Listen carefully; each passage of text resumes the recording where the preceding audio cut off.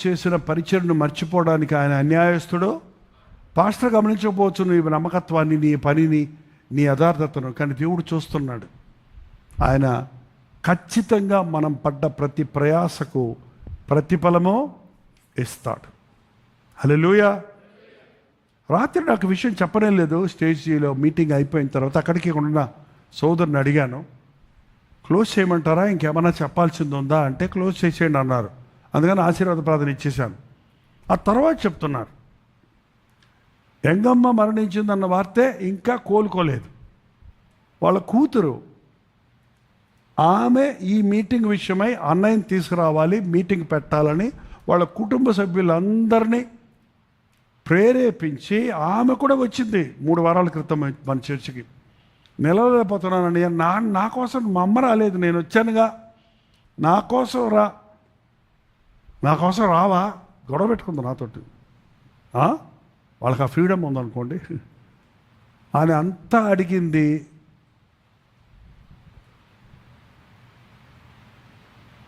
మొన్న రాత్రి మరణించింది ఆమె.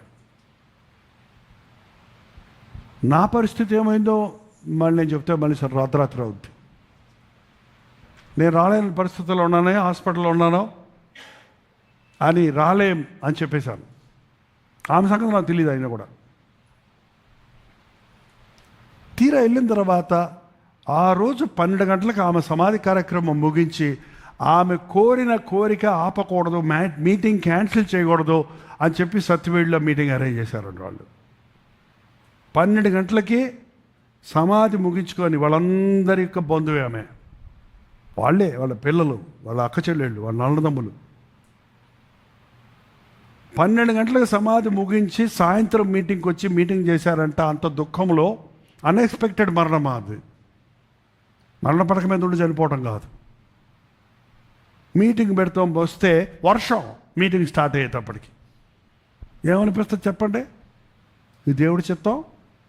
ఆ అయ్యగారు రాలేనంటున్నాడు, వర్షం వచ్చింది, ముఖ్యమైన వ్యక్తి మరణించింది, ఇంకేం మీటింగ్ పెడదాం అనుకోలే.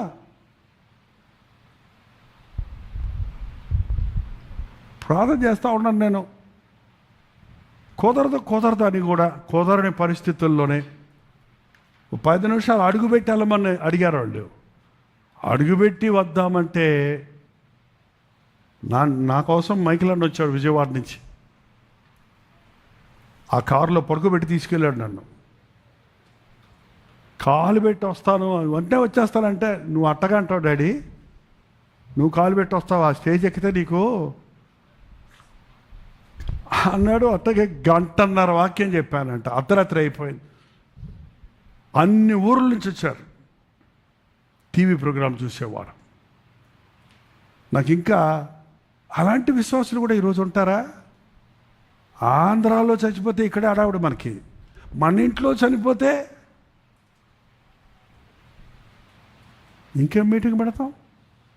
పెట్టమంది ఆమె చచ్చిపోయింది, ఇంకెందుకు? మన కుదిరినప్పుడు పెడతాం, వాళ్ళ జ్ఞాపకార్థ కూటం కలిపి పెడతాం అనుకోవచ్చు మనం.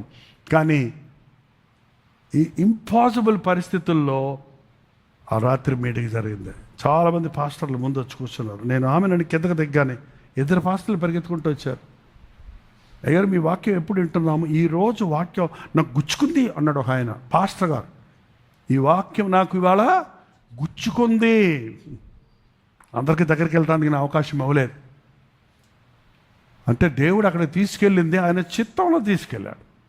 దానికి ఒక సమర్పణ ఉంది, ఒక త్యాగం ఉంది.